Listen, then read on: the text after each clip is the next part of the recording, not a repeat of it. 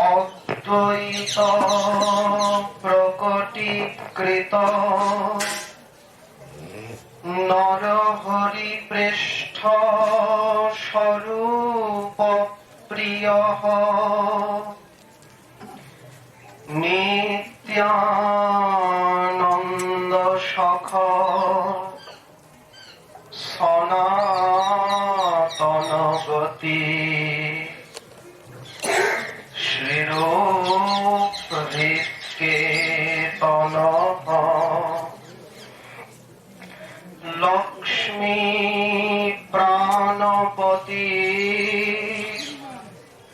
গদাধর রসোল্লাসী জগন্নাথ গো সাঙ্গ পাঙ্গ সপার সদ সদয়তা দেব সচিনন্দন হে কৃষ্ণ করুণা সিন্ধু দীনবন্ধো জগৎপতে গোপীশ গোপিকা কান্ত রাধা কান্ত নমস্তুতে গোবিন্দ নন্দিনী নিত্যে গোবিন্দ প্রীতিবল্লভে গোবিন্দ প্রেয়সী দেবী রাধিকে ত্বাম নমাম্যহম বাঞ্ছা কল্পতরুভ্যশ্চ কৃপা সিন্ধুভ্য এব চ পতিতানাং পাবনেভ্যো বৈষ্ণবেভ্যো নমো নমঃ। জয় রূপ সনাতন ভট্ট রঘুনাথ শ্রীজীব গোপাল ভট্ট দাস রঘুনাথ। এই ছয় গোসাইয়ের করি চরণ বন্দন, যাহা হইতে বিঘ্ন নাশ অভীষ্ট পূরণ। দুর্গমে পথিমেন্ধস্য স্থলোৎপাদগতের মোহ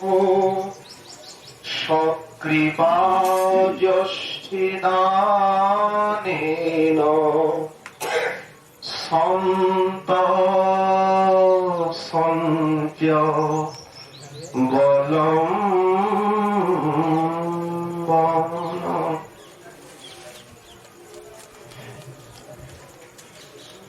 পরম কারুণিক শ্রী শ্রী গুরু গৌরাঙ্গ পতিত পাবন বৈষ্ণবগণের অহেতুকী অনুকম্পায় আজ আমরা পূর্ব বৎসরের ন্যায় শ্রী শ্রী মাধবেন্দ্র পুরীপাদে চরণ উপান্তে তার আরাধনা তিথিতে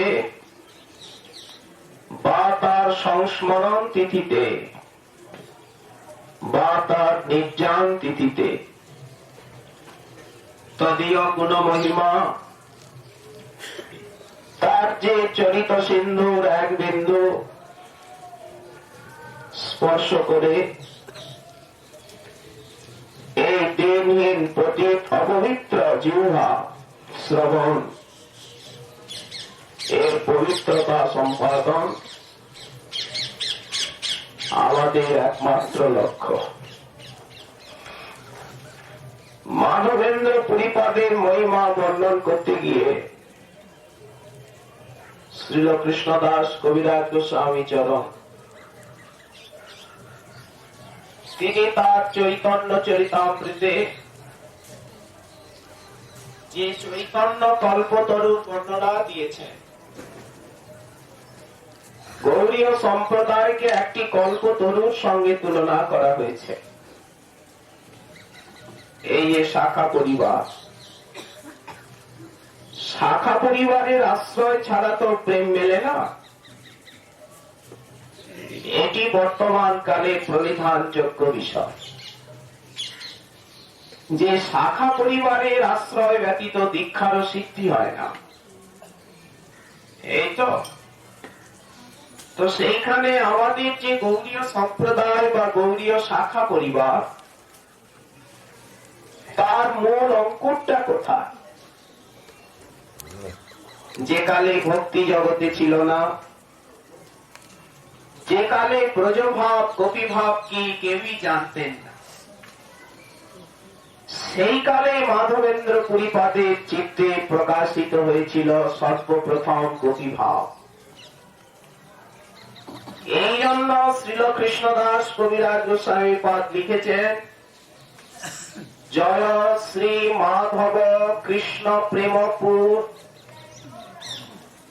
মাধবেন্দ্র পুরীপাদ হচ্ছেন কৃষ্ণ প্রেমের পুর, ভক্তি কল্পতরু, জিহ প্রথম অঙ্কুর। এই যে চৈতন্য কল্পতরু, এই যে গৌড়ীয় শাখা পরিবার, এর সূক্ষ্মতম অঙ্কুর হলেন মাধবেন্দ্র পুরীপাদ। জয় মাধব পুরী কৃষ্ণ প্রেমপুর, ভক্তি কল্পতরু, জিহ প্রথম অঙ্কুর। আচ্ছা, এই গোপী ভাবামৃতের প্রথম প্রকাশ ঘটল মাধবেন্দ্র পুরীপাদের হৃদয়ে।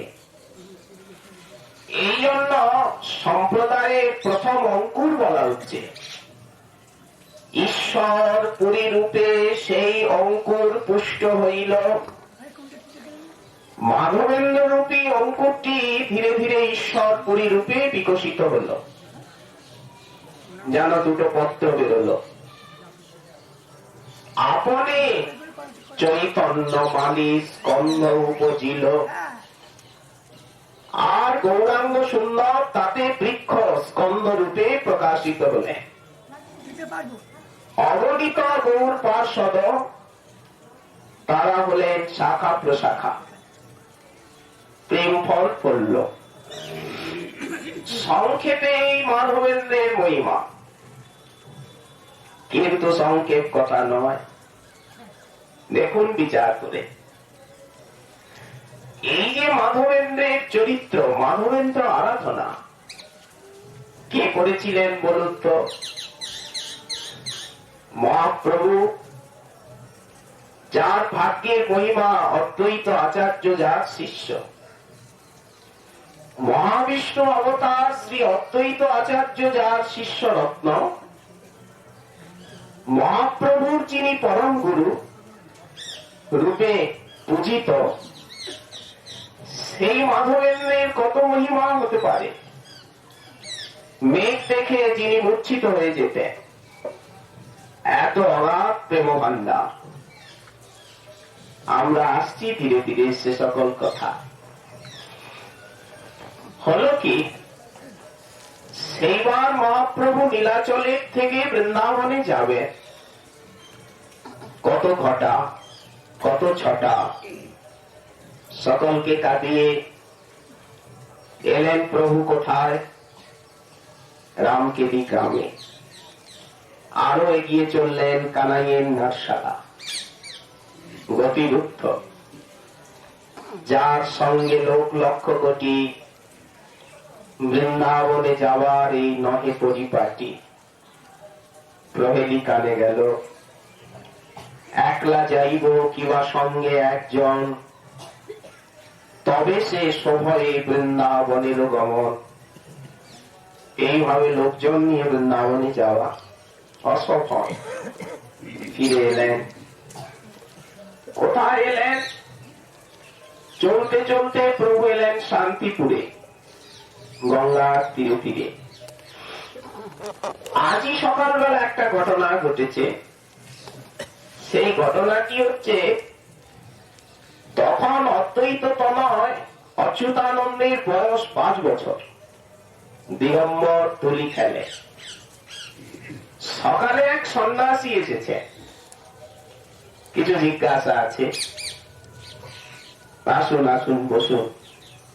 বলি, আজকে আমার ঘরে আপনার শিক্ষা নেবুন, সেসব কথা পরে। আমি কিছু জিজ্ঞাসা নিয়ে এসেছি, কিছু সংশয় আছে চিত্তে। ভোজন করুন, বিশ্রাম করুন, তারপরে আলোচনা। বললেন, না না, আমার জিজ্ঞাসার উত্তর আগে চাই। বলুন। বলি, কেশব ভারতী শ্রীকৃষ্ণ চৈতন্যের কে হয়? অদ্বৈত আচার্য প্রভু মনে মনে ভাবছেন, দুটো দিক আছে, একটা পরমার্থ, একটা ব্যবহার। জগতে আমরা যা কিছু দেখি ব্যবহার, আর পরমার্থ ওটা অন্তর্রাজ্যের ব্যাপার। তো আগে আমি ব্যবহারটাই বলি না। তো বললেন, কেন? আপনি কি জানেন না কেশব ভারতী চৈতন্যের গুরু? ওই সামনে খেলছিল বালক অচ্যুতানন্দ। ধুলি ধূসর তনু, ছুটে এলো, বাবা বাবা। বলি, বিরক্ত করো না, এখন আমি কথা বলছি ওনার সঙ্গে। বাবা কোলে উঠেছে, গলা জড়িয়ে ধরেছে। বলি, বিরক্ত করো না। বলি, বাবা বলছি কি, কলিকাল হলো, কলি বুঝি তোমারও গ্রাস করেছে? অথবা ব্রহ্মাদি যে মায়ায় মোহিত, সেই দুস্তর মায়া বুঝি তোমাকেও ধরেছে? কেন? যার ইচ্ছায় অনন্ত কোটি ব্রহ্মাণ্ডের সৃষ্টি, স্থিতি এবং নাশ, যার অংশাংশে অনন্ত কোটি ব্রহ্মাণ্ড বিলীন হয়ে যায়, সেই সর্বাবতারী পরতত্ত্ব সীমা শ্রী গৌরাঙ্গ সুন্দরেরও আবার গুরু আছে, সেও আবার কেশব ভারতী। তুমি এই ব্যাখ্যা করলে? তুমি না জগতের শিক্ষক, তুমি না আচার্য। অদ্বৈত আচার্য প্রভু পুত্রকে কোলে তুলে দিলেন। বলিহারি, বলিহারি, তুমি আমার পিতা।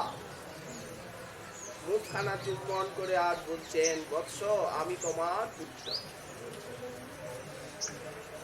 অদ্বৈত আচার্য প্রভু পুত্রকে কোলে নিয়ে আবিষ্ট আছে।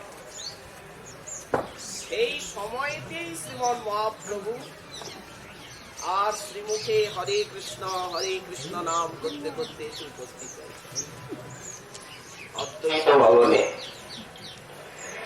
আনন্দে আবিষ্ট, পুত্রের মুখে সেই সময়তেই অদ্বৈতের কানে গেল, সব এসেছেন হরে কৃষ্ণ হরে কৃষ্ণ হরে কৃষ্ণ বলতে বলতে দিগল হয়ে চরণে পড়লেন। শান্তি পুরো পুরন্দর চরণ যুগল বুকে নিয়ে কাঁদছে।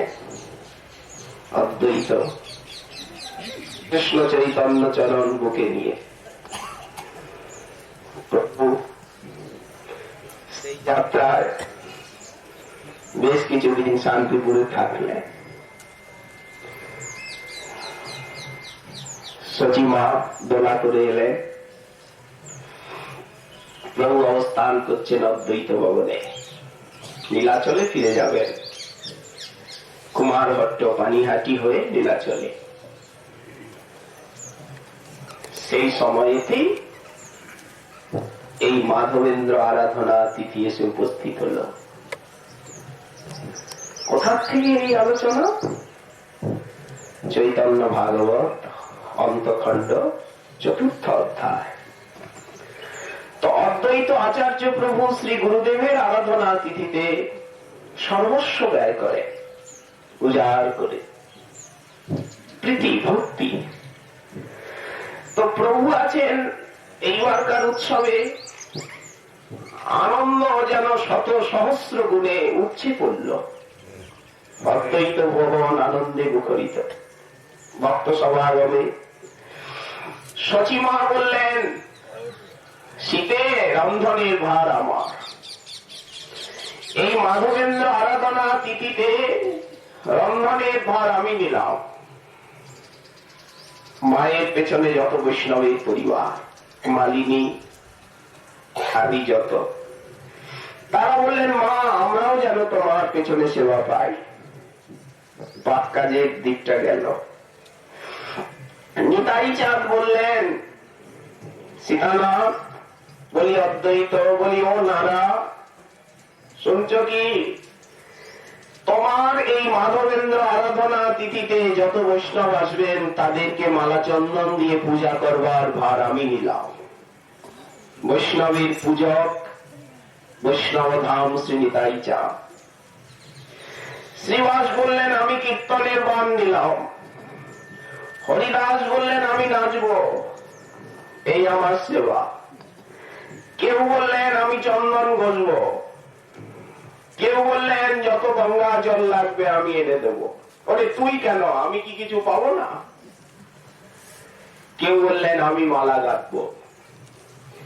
এইরকম সবাই সেবা ভাগ করে নিলেন। সেবায় যে এত আনন্দ, সেবা করে যে এত তৃপ্তি, এত প্রশান্তি, কি জানে? সেবা সায়রে একবার ডোবার ভাগ্য যার না হয়েছে। সকালবেলার থেকে কীর্তন নর্তন আরম্ভ হলো।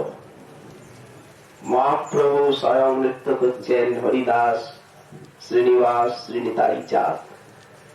শান্তিপুর তথা নদিয়ার ভক্ত সমাজ ভেঙে পড়েছে আজ অদ্বৈত ভবনে। সারাদিন কীর্তন নর্তন চলল। সচিমা পাঠ করেছেন, মদন গোপালের ভোগ লাগলো। এই বৈশাখী পূর্ণিমা, শ্রীকৃষ্ণের নাম ফুলদোল। আজকে গ্রীষ্মকাল, ভক্তগণ শীতল বস্তু ভগবানকে ভোগ লাগিয়ে, কোটি প্রাণ নির্মঞ্চনীয় প্রভুকে ভোগ লাগিয়ে, যাকে এক পত্র জল তুলসী দিলে আত্মদান করেন, যাকে 1 পয়সা দিলে তিনি তাকে ইন্দ্রপদ দিয়েও মনে করেন কি দিলাম, কিছুই তো দিতে পারলাম না। সেই কৃতজ্ঞ সমর্থ বদান্য প্রভুকে ভক্তগণ ফুলের সাজে সাজিয়ে আর ফুলের হিলদোলে দোলান। তাই তো পূর্ণ। তো এখন খুব কীর্তন নর্তন হলো সারাদিন। মদন গোপালের ভোগ লাগলো। ভক্ত সঙ্গে মহাপ্রভু ভোজনে বসলেন। ভক্তগণ, মাধবেন্দ্রের আরাধনা তিথি, ইহাতে ভোজন করলে কি হবে? হবে কৃষ্ণ প্রাপ্তি। মহতের আরাধনার তিথির মহিমা ভগবানের আরাধনার তিথির থেকেও বড়। আমার ভক্তের পূজা আমার পূজা হইতে বড়, আমার ভক্তের সম্মান আমার সম্মান হইতে বড়। এই তো আমার ভক্তের সেবা আমার সেবা হইতে অনেক অনেক অনেক বড়। সেই প্রভু বেদ পুরাণে ইহা করিয়াছেন দর্ভ। শক্ত করেছেন তো, দৃঢ় করে বলেছেন। ভক্তগণ সাবধান। প্রভু সকলকে আদেশ করলেন, সচিমায়ের রন্ধন, মদন গোপালের প্রসাদ, অদ্বৈতের গৃহ, মাধবেন্দ্রের আরাধনা তিথি।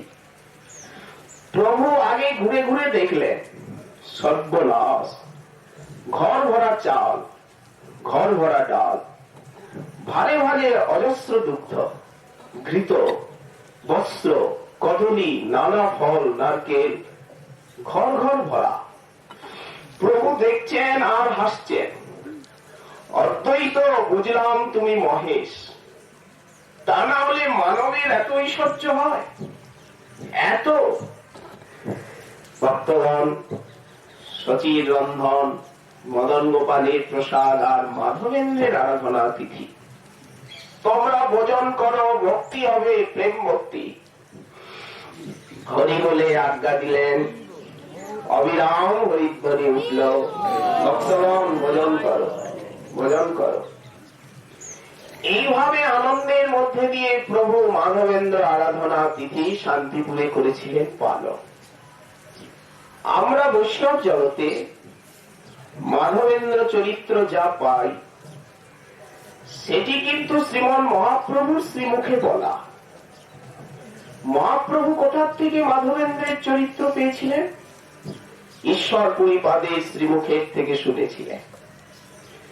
কারণ মহাপ্রভু বেশ কিছুদিন ঈশ্বর পরিপাদের সঙ্গ পেয়েছিলেন, এক নবদ্বীপে আর গয়া। সেই সময় গুরুগত প্রাণ শ্রী গুরুপাদ পদ্ম সর্বস্ব ঐকান্তিক গুরুনিষ্ঠ শ্রী ঈশ্বর পরিপাদ শুনিয়েছিলেন নিজের শ্রী গুরুদেবের প্রেম মহিমা, ভক্তি মহিমা, ভজন মহিমা। প্রভুকে মহাপ্রভু সেই মাধবেন্দ্র মহিমা শুনিয়েছিলেন ভক্তগণকে। যা শুনিয়েছিলেন কবিরাজ গোস্বামী পাদ লিপিবদ্ধ করেছেন চৈতন্য চরিতামৃতে মধ্য লীলা পঞ্চম পরিচ্ছেদে। ভগবানের কথা কত মধুর, ভগবানের লীলা। কিন্তু শ্রী গুরুদেবের লীলা, শ্রী গুরুদেবের কথা আরো আরো আরো আরো অনন্ত অনন্ত অনন্ত মধুর। সে মাধুর্যের স্বাদ যে জিহ্বা জানে, সার্থক সেই জিহ্বাই সাক্ষী। ঈশ্বর পরিপাদের কেমন ভক্তি মাধবেন্দ্রের প্রতি। সহস্রে করেন মলমূত্রাদি মার্জন, কৃষ্ণ নাম কৃষ্ণ কথা শোনায় অনুক্ষণ। আসছি আমরা সে কথা। মাধবেন্দ্র পরিপাদ আবির্ভূত হয়েছিলেন পূর্ববঙ্গের কোন স্থানে। বঙ্গজননীর কোন আলো করা সন্তান, সজলা সুফলা শস্য শ্যামলা বঙ্গজননী। কত মহাপুরুষকে যে কোলে নিয়ে গৌরমণ্ডল ভূমি বঙ্গজননী হয়েছেন অলঙ্কৃতা, তা কি জানে? মাধবেন্দ্র পুরীপাদ লক্ষ্মীপতির করেছিলেন চরণাশ্রয়। পরম্পরা এই বলে মাধবেন্দ্রের চিত্তে সহজাত জন্মেছিল কৃষ্ণ প্রেমের কল্পলতিকা। উদাস প্রাণ, সংসারে অনাসক্তি, কোন এক অজানা রাজ্য সতত যেন তাকে হাতছানি দিয়ে ডাকত। কখনো হাসেন, কখনো কাঁদেন, আপন ভাবে বিভোর, খেয়ালি মানুষ। কিন্তু মনের মতো মানুষ তিনি জগতে পান না। সারা জগতের দিকে তাকিয়ে দেখছেন, বিষয়ে সকলে মত্ত। কাদের সঙ্গে থাকবো বলুন দেখি, কাদের সঙ্গে দুটো কথা বলবো? বিষয়ে সকলে মত্ত, নাহি কৃষ্ণ নাম তত্ত্ব। ভক্তি শূন্য হইল অবনী, কলিকাল সর্প বিষে। সাপ কেউটে সাপ ছবল মারে, সঙ্গে সঙ্গে 2-1 মিনিটের ভিতরে মূর্ছা হয়ে যায়, সঙ্গে সঙ্গে বিষটা সারা শরীরে চলে যায়। তো কলিরূপী কাল সর্পের বিষে জীব মূর্ছিত আজ। আমি আমার, তুমি তোমার, এই মেয়ে আর মেরা, তু আর তেরা, হামারা। এই যে গিফট, এটাকেই তো গ্রন্থি বলে। আমি আমার, তুমি তোমার, ছুটে গেছে যা। ভক্তি পথে তিনি তো দাঁড়িয়েছেন। তো কলিকাল সর্প বিষে দগ্ধ জীব মিথ্যা রসে নাহি জানে কে বাসে আপনি। কার সঙ্গ করব? যক্ষ পুজে মদ্য মাংসে নানা মতে জীব হিংসে এই মতো হইল সর্বদেশ। মাধবেন্দ্রের অন্তরে ফুটে উঠেছিল কৃষ্ণ প্রেম কল্পলতিকা, কিন্তু সঙ্গরূপী সেচন চায়। প্রেমিকও চান একজন প্রেমিকের সঙ্গ। সাধারণ সাধক তো চাইবেনি, প্রবর্তক প্রাথমিক তিনি তো চাইবেনি। যারা সিদ্ধ, যারা নিত্য সিদ্ধ, তারাও সতত কামনা করেন ভক্ত সঙ্গ। মাধবেন্দ্র মনের মতো মানব পেলেন না। মনে মনে ভাবছেন আর এই মুখ দেখাবো না। যেখানে যাই বিষয়ের বার্তা আর এই জগতের অবস্থা। প্রাক চৈতন্য যুগের সেই প্রথম অবস্থায় কিরকম হয়েছিল ধর্মের গ্লানি, চৈতন্য ভাগবতে তার রূপরেখা অঙ্কিত আছে স্বর্ণাক্ষরে। তো আর লোক সমাজে যাব না, কারো সঙ্গে মিশব না, বনে যাব। বনে, বনকে করব ঘর, ঘরকে করব বন। এই তো এই ভাবনা নিয়ে মাধবেন্দ্র গৃহত্যাগ করে। সন্ন্যাসীর জন্য সন্ন্যাস নয়, কৃষ্ণ প্রেমার্জনের জন্য সন্ন্যাস।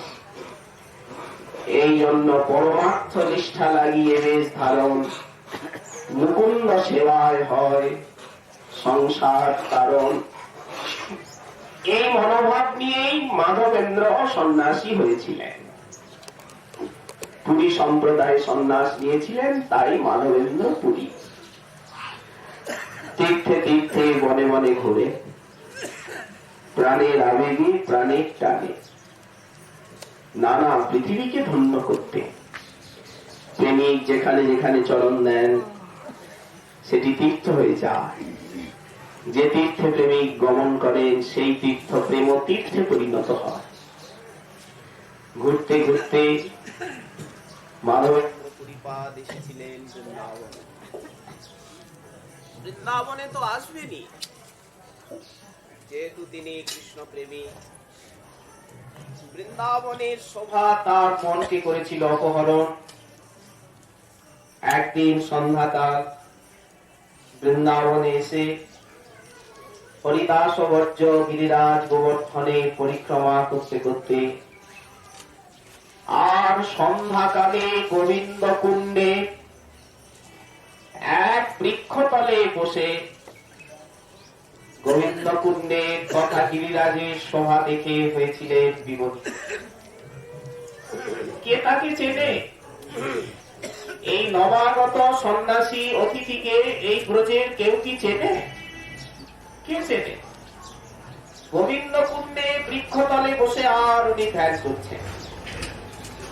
কিন্তু কেউ না চিনুক, কেউ না জানুক, যিনি সকলকে চেনেন, সকলের খবর রাখেন, তিনি তো জানেন। সন্ধ্যা ঘনিয়ে আসছে।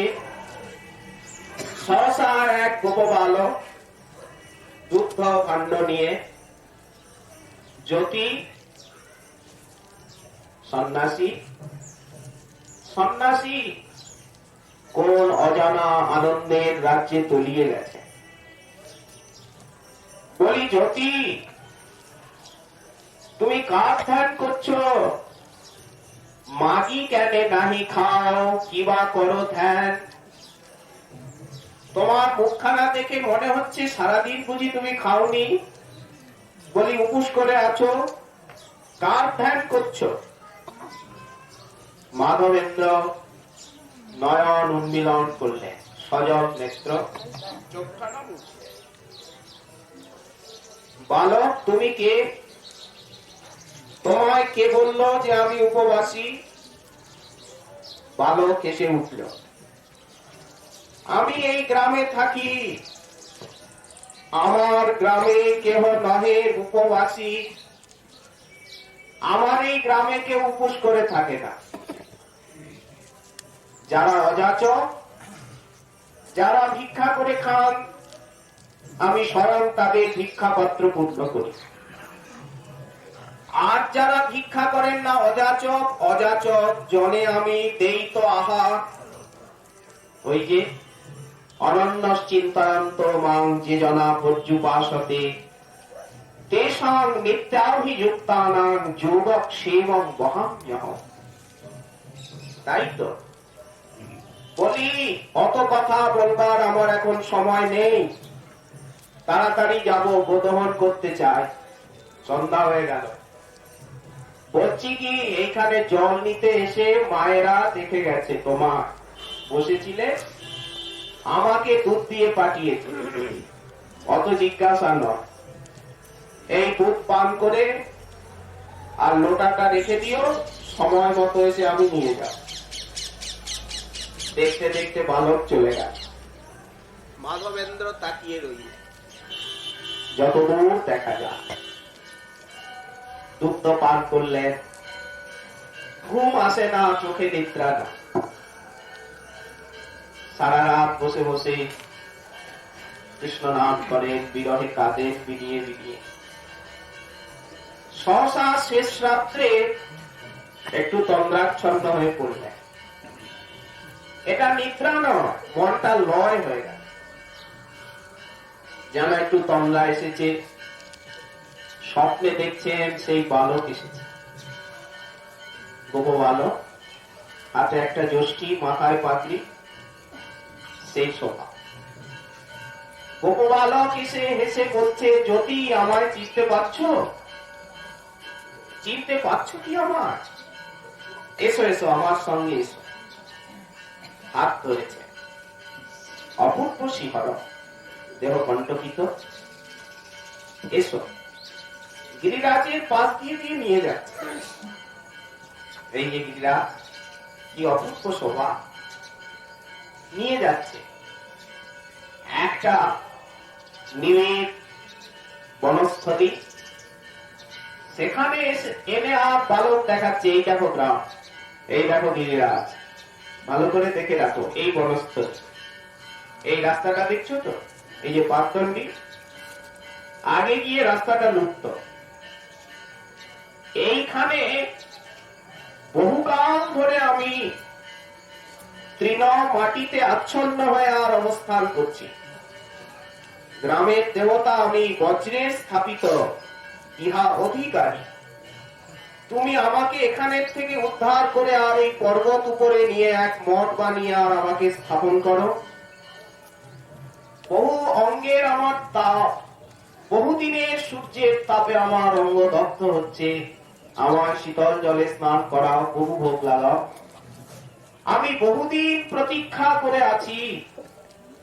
যদি তুমি বলো যে এতদিন সর্বসমর্থ আমি কেন এই প্রকার মৃত্তিকার তৃণে আচ্ছাদিত হয়ে আছি, যদি প্রশ্ন করো, তোমার জন্য আমি বহুদিন চেয়ে আছি। কবে আসি মাধব মোরে করিবে সেবন। বলি, অন্যেরও তো সেবা দিতে পারতাম, কিন্তু আমার ইচ্ছা তোমার সেবা দেব। কবে আসি মাধব মোরে করিবে সেবন। তোমার প্রেমে করি আমি তোমার সেবা অঙ্গীকার। আমি দর্শন দিয়া নিস্তারিব সকল সংসার। সহসা স্বপ্ন ভেঙে গেল। পরিপাট উঠে বসলে। সকাল হয়ে গেছে, মৃদুমন্দ শীতল সমীরণ বইছে।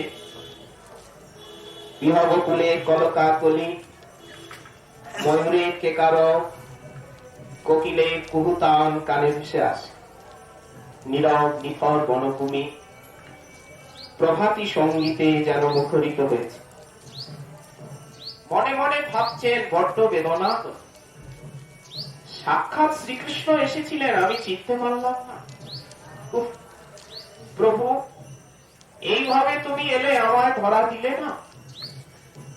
কাঁদছেন, তোমায় ধরতে পারলাম না, কিন্তু কাঁদলে হবে কি?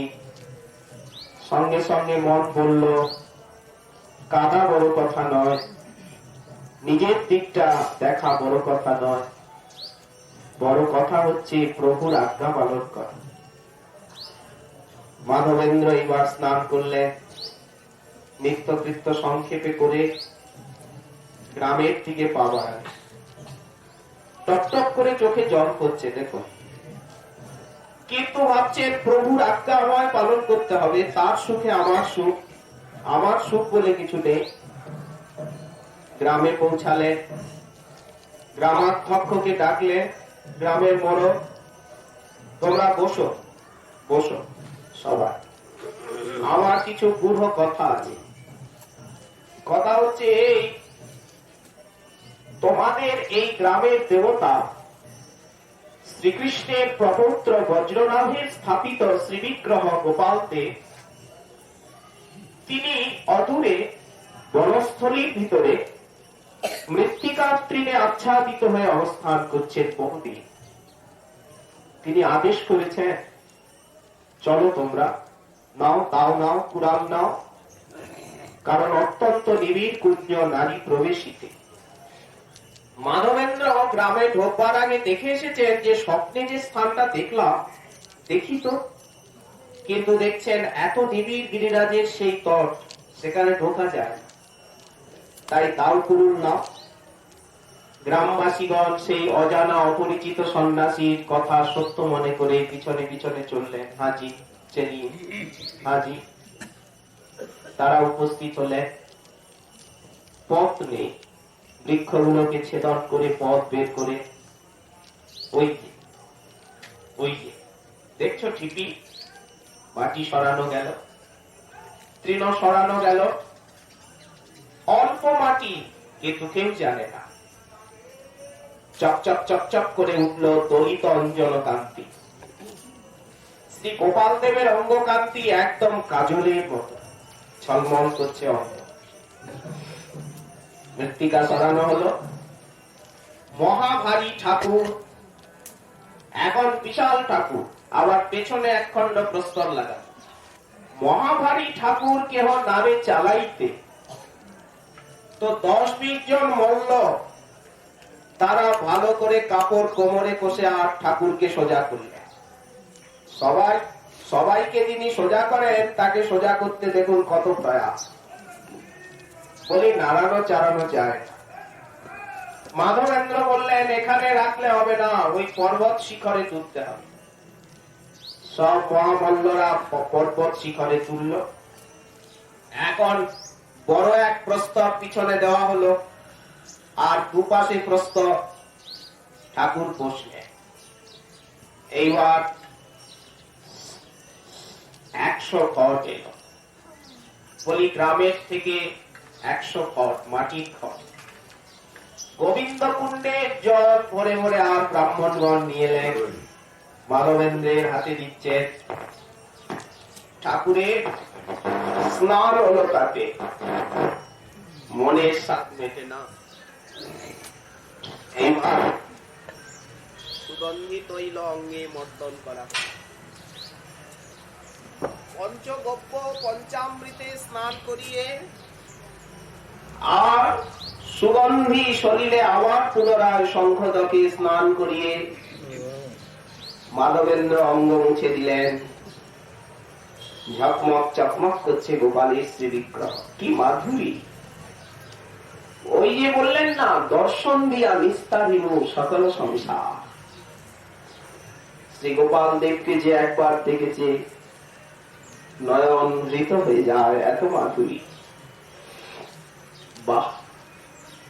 নববসন পরিধান করানো হলো, অঙ্গে চন্দন আতর মাখানো হলো, বনফুলের সাজ, যা ছিল দধি দুগ্ধ সন্দেশ, এসব কীর্তি করতে করতে তো আজকে সন্ধ্যা হয়ে গেল।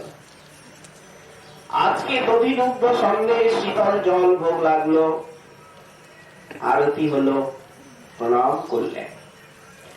চারিদিকে ধ্বনি হলো যে গোপাল দেব প্রকট হয়েছে। তার পরের দিন হলো কি অন্নকূট হয়ে গেল। প্রথম দিন তো এই হলো, পরের দিন থেকে আরম্ভ হলো অন্নকূট। শত শত ব্রাহ্মণ সব রন্ধন করছে। মথুরার লোক সব বড় বড় ধনী, তারা নানা ভেদ নিয়ে এলো। ব্রজের ভিতরে 365 গ্রাম আছে। সব গ্রামবাসী যখন শুনল এই প্রকার অপূর্ব গোপালদেব প্রকট হয়েছেন বিগ্রহ, এক এক গ্রাম বলল আজকের সেবা আমাদের, ওই গ্রাম বলল আজকের সেবা আমাদের, ওই গ্রাম বলল আজকের সেবার ভার আমাদের। এক এক গ্রাম সেবা বেটে দিল। মথুরার সব ধনীগণ অলঙ্কার আভূষণ নিয়ে আসেন। এক এক ব্রজবাসী এক একটি গাভী দিল। 10,000 গাভী গোপালের হইল। তো এই জন্য মাধবেন্দ্র পুরীপাদের নামেই স্থানটির নাম হয়ে গেল জ্যোতিপুরা। জ্যোতি বলতে কি সন্ন্যাসী, ওটা বর্গীর জ নয়, ওটা অন্তস্থ জ, জ্যোতিপুরা। তো 10,000 গাভী যার হয়ে গেল, তাহলে সোনা দানা সেবা কেমন হতে লাগলো, রোজ অন্নকূট। মাধবেন্দ্র পুরীপাদের আনন্দ আর ধরে না। এই দেখো, যিনি প্রেমিক, যিনি কৃষ্ণ ভজনের লালসায় সবকিছু ছেড়েছেন, যিনি অযাচক বৃত্তি, কাউকে কিছু চান না, বলেন না নিজের প্রয়োজন, সেই ব্যক্তির এত সেবায় লালসা, বুক ভরে যায় এই রাস সেবা দেখে গোপালে। উনি কি খান বলুন দেখি? উনি একটু দুগ্ধ পান করে একটা পর্ণকুটিরে থাকে আর সেবা করে। এইভাবে মাধবেন্দ্র পুরীপাদ 2 বৎসর গোবিন্দ কুণ্ডে অবস্থান করে গোপাল দেবের সেবা করলেন। হলো কি, সেই সময় গৌড় দেশে 2 জন ব্রাহ্মণ তারা এলেন, গোপাল দেবী টেনে নিয়ে এসেছেন, তাদেরকে শিষ্য করে সেবার ভারটা দিলেন। নিশ্চিন্ত সহায়তা করবে এরা, গ্রামবাসী তো করছে,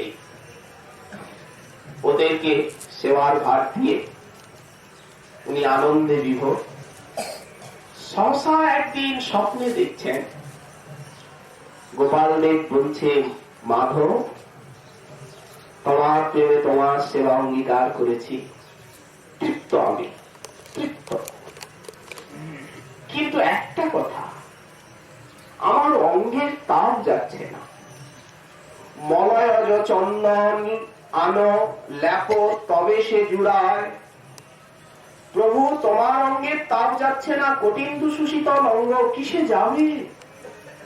মাধব, যদি মলয়জ চন্দন এনে লেপন করতে পারো অঙ্গে তবে যাবে। প্রভু, মলয়জ কোথায় পাবো? বললেন, ওটা নীলাচলে যেতে হবে তোমার, অন্যত্র পাওয়া যাবে না। স্বপ্ন ভেঙে গেল, বৃদ্ধাবস্থা, অযাচক বৃত্তি, কত দূর নীলাচল, কিভাবে যাব? ফাটাফট। সেকালের যবন শাসন, সাপদ সংকুল অরণ্যানি বনানি, তার ভিতর দিয়ে যেতে হবে একা। সেসব চিন্তা নাই, প্রভুর আজ্ঞা পালো, সেবা করি, সুখ দিব, এই মাত্র চাই। এইটাই ভক্তি। তোমার সেবা করে তোমায় সুখ দেব, আর জগৎ শূন্য। চললেন, পা বাড়ালেন আজ্ঞা নিয়ে। চলতে চলতে যমুনার তীর দিয়ে চলতে চলতে এলেন গঙ্গার তীরে। গঙ্গার তীর দিয়ে চলতে চলতে চলতে চলতে এলেন শান্তিপুরে। অদ্বৈত ভবনে এসেছেন। যেমন চুম্বক লৌহ কণিকাকে টেনে আনে, বুঝি অদ্বৈতের প্রেম আজ মাধবেন্দ্রকে টেনে এনেছে সুদূর গোবিন্দ কুণ্ডের থেকে, ব্রজের থেকে আর শান্তিপুরে। তার প্রেমাবেশ দেখে অদ্বৈত প্রভু বুঝলেন ইনি প্রেম ধনী মহাধনী। চরণাশ্রয় করলেন, কৃষ্ণ মন্ত্রে দীক্ষিত হলেন অদ্বৈত। উনি পা বাড়ালেন। এইবার দক্ষিণ দিকে যাচ্ছেন, বালেশ্বর জেলা, এলেন রেমুনায়। এটি রামচন্দ্রের বিহার ভূমি। ত্রেতা যুগে কোন সময় রামচন্দ্র এখানে অবস্থান করেছিলেন। একদিন শ্রী রামচন্দ্র নিভৃতে সীতা দেবীর সঙ্গে বিহার করছেন। নিকটে অগণিত গাভী সব চড়ে বেড়াচ্ছে ঘাসের মাঠে। কোন গোপবালক ফুলের বনে বেলু বাজাচ্ছে। এটি দেখে রামচন্দ্র কেমন যেন ভাবে অভিভূত হয়ে পড়লেন। সীতা দেবী জিজ্ঞাসা করলেন, প্রাণনাথ, তোমার এই ভাবান্তর কেন? উনি বলতে চান না। শেষে বললেন, প্রিয়ে দাপরে আমার এই প্রকার গোপাল অবতার হবে, গোচারণ লীলা হবে, সে কি মনে হয়, সেইটা মনে করে আমি বিভোর হয়ে গেছি। দেখুন, শ্রীকৃষ্ণ স্বয়ং ভগবান, কৃষ্ণ লীলা সর্বোপরি, তিনি লীলা পুরুষোত্তম। কৃষ্ণ লীলার এত মাধুর্য যে রামাদি অবতারকেও বিমোহিত করে।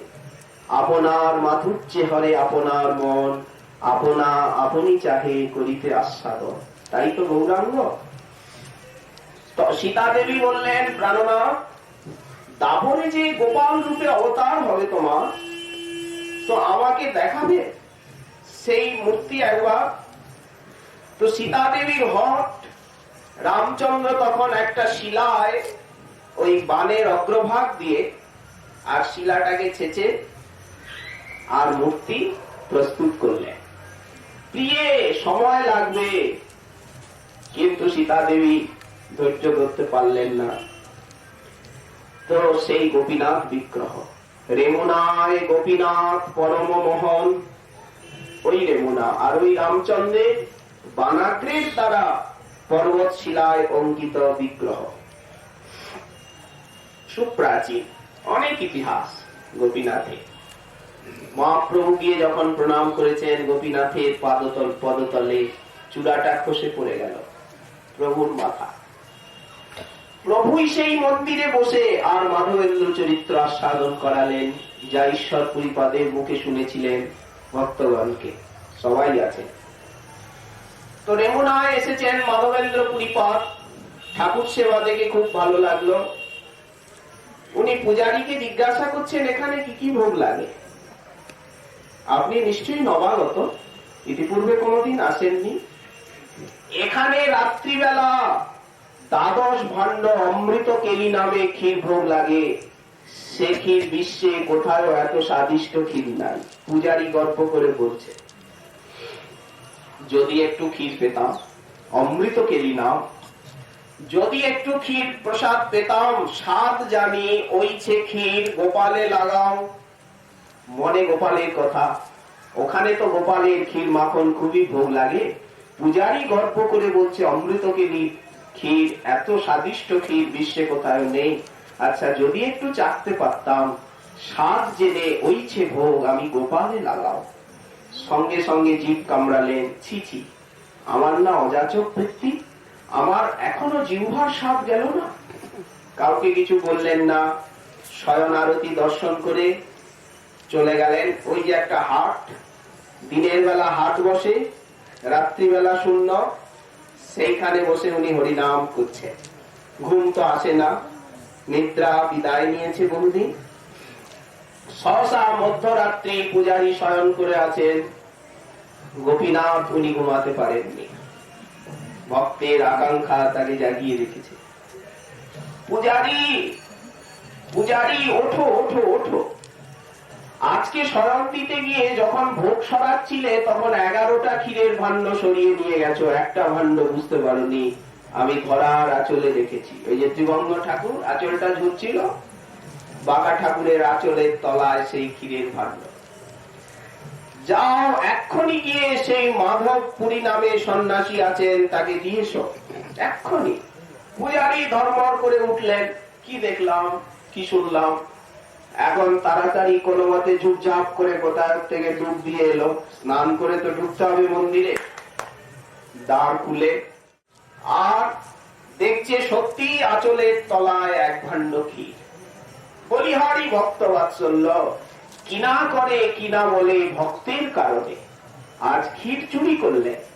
চুরি কেন করলে? এক অপূর্ব। পূজারী এখন ক্ষীরের ভাণ্ড নিয়ে জায়গাটি উপস্কার করে মাথায় নিয়ে আর রাতের অন্ধকারে পা বাড়ালো। ডাকছে, কার নাম মাধবপুরী? নির্জন গ্রাম, গ্রামের মধ্যে দিয়ে কেউ উত্তর দিল না। উনি হাটের দিকে পা বাড়িয়েছেন, ডাকছেন, কার নাম মাধবপুরী? মাথায় আছে প্রসাদের পাত্র আর আছে লণ্ঠন, রাতের অন্ধকার। বলি, কার নাম মাধবপুরী? তোমার লাগি গোপীনাথ ক্ষীর কইল চুরি, এই ক্ষীর লইয়া তুমি করো আস্বাদনে, তোমার সম ভাগ্যবান নাহি ত্রিভুবনে। যার জন্য ভগবান চুরি করেন, সর্বসমর্থ প্রভু, তার মতো ভাগ্যবান কে হতে পারে? সহসা মাধব ভাবছেন, রাতের আধারে কে আমায় ডাকে? এই শেষ রাত্রে কে ডাকে আমায়? আমি আমি আমি আমি তুমি। দেখি লণ্ঠনটা তুলে পূজারী দেখছেন মুখখানা, দেখি বলে শোনালেন যে তোমার জন্য গোপীনাথ ক্ষীর চুরি করেছেন, এই না। প্রণাম করলেন, এই ক্ষীর লইয়া তুমি করো আস্বাদনে, তোমার সমভাগ্যবান ওগো নাহি ত্রিভুবনে। শুনেই প্রেমাবেশ হয়ে গেল, শুনেই অশ্রুকম্প পুলক বিবর্ণ স্তব্ধতা গদগদ আদি ভাব প্রকাশিত হলো। আমার জন্য কৃপা সিন্ধু তিনি চুরি করলেন, আমার মতো দিনহীন কাঙালের জন্য। কাঁদলেন, পূজারী বিদায় নিলেন, আর অপেক্ষা করা যায় না। উনি আস্বাদন করলেন ক্ষীর, আস্বাদন করে প্রেমে বিভোর হয়েছেন। মনে মনে ভাবলেন, গোপীনাথের হস্তস্পৃষ্ট এই মাটির ভার, এই ভারটাকে ফেলবো না, এটাকে বেঁধে রাখবো আঁচলে। রোজ সকালবেলা নিত্য নিয়ম করে আর এই মাটির ভারটাকে ভেঙে আর এক বিন্দু মুখে নেব, আর তার কৃপার কথা স্মরণ করব। সহসা একটা চিন্তা এলো, পূজারী তো সকালবেলা দর্শনার্থীদেরকে বলে দেবে যে রাত্রে এই কাণ্ড ঘটে গেছে, তো লোকে এসে তো তখন আমার বিড়ালের মতো খামচাবে। বলি, যখন পূজারী সকলকে বলে দেবে, তো সকালে এসে সবাই তো বিড়ালের মতো পা খামচাতে থাকবে, প্রতিষ্ঠা হবে। তো আমি যদি রাতের অন্ধকারে এখনই চলে যাই, এখানের থেকে পালাই, তাহলে তো আমায় কেউ চিনবে না, তাই করব। এই মনে করে মাধবেন্দ্র পুরী রাতের অন্ধকারে পালাতে লাগে। দেখুন, প্রতিষ্ঠার ভয়ে পুরী যায় পলাইয়া, কিন্তু যশ প্রতিষ্ঠা ধায় পুরীর পাছে লাভ লইয়া। কেন? যশ প্রতিষ্ঠার স্বভাব হচ্ছে ওটা বিধাতার নির্মিত, ওটা চাইতে হয় না, চাইলে পাওয়া যায় না, আবার না চাইলেও অনেক পাওয়া যায়। ওটা তো লিখন ললাটে। তো নীলাচলে চলে গেলেন। এখন সকালে পূজারীর মুখে সকলে বলছেন শুনে, উনি কোথায়? খোঁজ খোঁজ খোঁজ, তন্ন তন্ন করে খোঁজা, পাওয়া গেল না। বলি, উনি বসেছিলেন কোন জায়গাটায়? জায়গাটা দেখান না। পূজারী দেখালেন এই জায়গাটা। সবাই ধুলি নিচ্ছে, ধুলি নিতে নিতে, আচ্ছা উনি যদি থাকতেন তাহলে পায়ের ধুলি নিত। আর দেখুন উনি নেই, যেখানে বসেছিলেন ধুলি নিতে নিতে স্থানটা গর্ত হয়ে গেল। প্রতিষ্ঠা কম হলো কি বেশি হলো? অনেক বেশি হলো। নীলাচলে গেলেন, জগন্নাথ দর্শন করে বুক ভরে গেল। সেই নীল জলরাশি বিস্তার, সেই জগন্নাথের দেউলের সুষমা, জগন্নাথের রাজপান্ডা যারা, সেখানকার মহান্ত যারা সেবাধিকারী, তাদেরকে বললেন আমি বৃন্দাবন থেকে আসছি, গোপালের আজ্ঞা, কিছু চন্দন চা। সবাই শুনে আনন্দে 1 মণ চন্দন আর 20 তোলা কর্পূর জোগাড় করে দিলেন। এইবার সেই চন্দন নিয়ে উনি কোথায় আসছেন? ওই পথ দিয়েই তো আসতে হবে, যেইখানে বাঘের ভয় সেই জায়গাটাই সন্ধ্যা হয়ে গেল। রেমুনায় এলেন, এখন আর পালাবেন কি করে? সকলে চিনে ফেললেন। সেই রাত্রেতেই গোপাল দেব আবার স্বপ্নে আদেশ করলেন, মাধব এইবার সত্য কথাটা বলি, তোমার চন্দন এবং কর্পূর আমি সব পেয়ে গেলাম। আমার অঙ্গ এবং গোপীনাথের অঙ্গে কোনো ভেদ নেই। এত দূর পথ, যবন শাসন, সাপদ সংকুল বনানী, দুষ্ট বাটপাড়ির পথে পথে আড্ডা, তুমি চন্দন কর্পূর আনবে, রাজার ছাড়পত্র নিয়েছ, কিন্তু কে কেড়ে নেবে, দুঃখ পাবে, এত দূর পথ। তুমি গোপীনাথের অঙ্গে সারা গ্রীষ্মকাল লাগাও না এই চন্দন কর্পূর, তাহলেই আমার অঙ্গ শীতল হবে। পরীক্ষা শেষ হলো, তার প্রেম নিষ্ঠা সেবা নিষ্ঠা পরীক্ষা করবার জন্য যিনি অযাচক বৃত্তি সহস্র কোষ পদব্রজে চলে গেলেন গোপাল দেবের সুখের জন্য। পরীক্ষা শেষ হলো, স্বপ্ন ভেঙে গেল, আজ্ঞা পালন বললেন, আপনারা আমায় সেবক দিন, চন্দন ঘষে দেবে। উনিও কিছু ঘষে রোজ দেন। সারা গ্রীষ্মকাল পূজারী গোপীনাথের অঙ্গে চন্দন পড়ান, দেখে আনন্দ।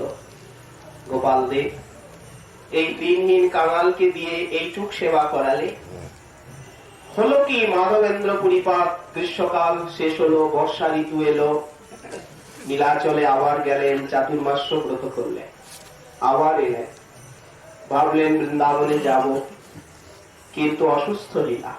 সহসা অসুস্থ হয়ে পড়লেন। সেই রেমুনায় এসে সেই চিন্ময় অপ্রাকৃত দিব্য কলেবরে যেন রোগ, আসলে প্রেম রোগ, বিরহ রোগ, বিরহ জ্বর। প্রেমিকের শরীরে কোনো রোগ হয় না। প্রেম ও ভক্তি সুধা পানা দেহ দৈহিক বিস্মৃতে তেষাং ভৌতিক দেহেপি সচ্চিদানন্দ রূপতা। এটা বিরহ রোগ, প্রেমের রোগ। আমরা বুঝবো কি? তো হলো কি, সেই সময় ঈশ্বর পরিপাত সেবা করছেন, মলমূত্র মার্জন করেন, অনুদিন কৃষ্ণ নাম কৃষ্ণ কথা শোনান। পরিপাত বুঝলেন আমার সময় হয়ে এসেছে, অসুস্থ। একদিন নিভৃতে ঈশ্বর পুরীকে আলিঙ্গন করলেন। বৎস, তোমার সেবার আমি প্রসন্ন হয়েছি, কৃষ্ণে তোমার প্রেম হোক। নিজের যত হৃদয়ে প্রেম ভক্তি ছিল মাধবেন্দ্র গোপন করে রেখেছিলেন, যে বিশাল সেই প্রেম ভান্ডার, সেটি ঈশ্বর পুরীর হৃদয়ে স্থাপিত করে।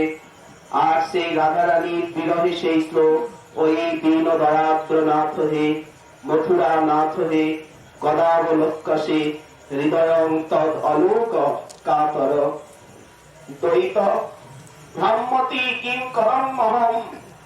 এই শ্লোক কহিয়াছেন রাধা ঠাকুরানী। রাধারানী কৃষ্ণ বিরহে এই শ্লোক বলেছিলেন, হে বৃন্দাবন নাথ, হে দীন দয়াদ্র নাথ, আমায় দয়া করো তুমি, তোমার বিরহ আমি আর সইতে পারছি না। হৃদয় তোমার অদর্শনে কাতর হয়েছে, বুদ্ধি আমার ভ্রমিত হচ্ছে, এখন আমি কোথায় যাব, কি করব? এই শ্লোক কহিয়াছেন রাধা ঠাকুরানী। রাধারানীর কৃপায় মাধবেন্দ্রের স্ফুরিয়াছে বাণী। এই শ্লোক কিবা আস্বাদেন কে মহাপ্রভু, ইহা আস্বাদিতে আর নাহি চৌথি জন।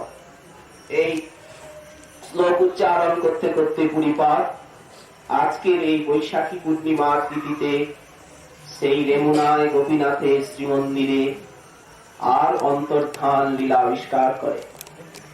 এই কথা বলতে বলতে মহাপ্রভু প্রেমে আবিষ্ট হয়ে আর বলছেন, ওই দিন কণ্ঠরোধ হয়ে গেছে, আর বেরোচ্ছে না।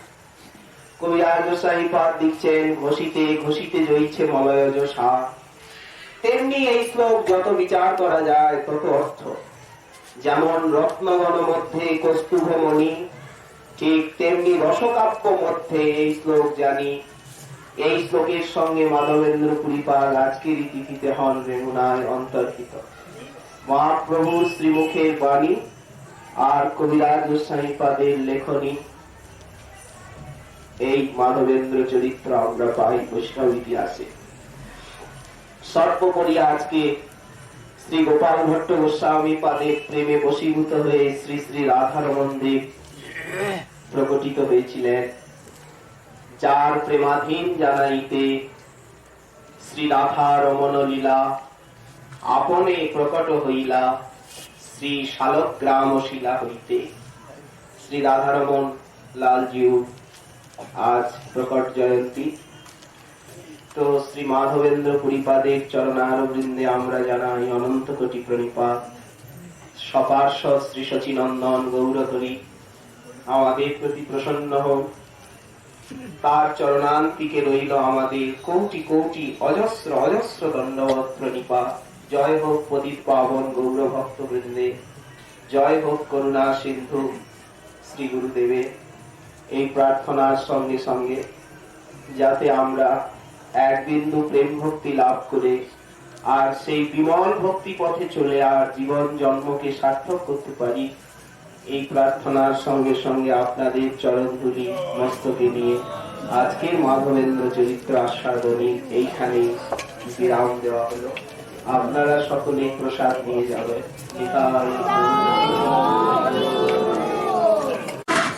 মাধবেন্দ্র পুরীপাদের সমাধিস্থল শ্রী রাধাকুণ্ড।